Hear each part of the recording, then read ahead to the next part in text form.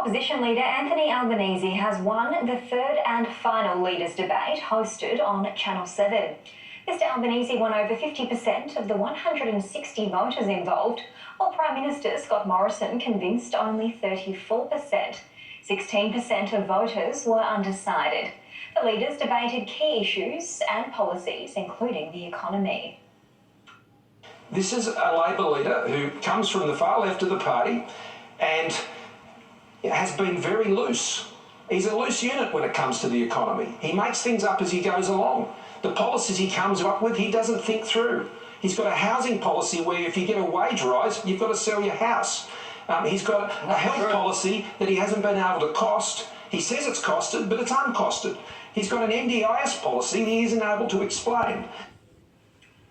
Scott Morrison was questioned on Education Minister Alan Tudge, who stepped aside following allegations he had an abusive relationship with a former staffer. Mr Morrison claimed Tudge still has warrant as a minister and has not been dismissed. The idea that we don't know who the Education Minister, Alan Tudge... It will be Alan Tudge.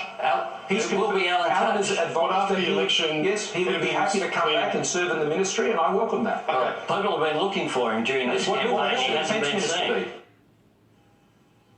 When asked whether the leaders had driven away voters amid a record number looking to vote for independence, Mr Morrison claimed the pandemic had impacted people's trust in the government.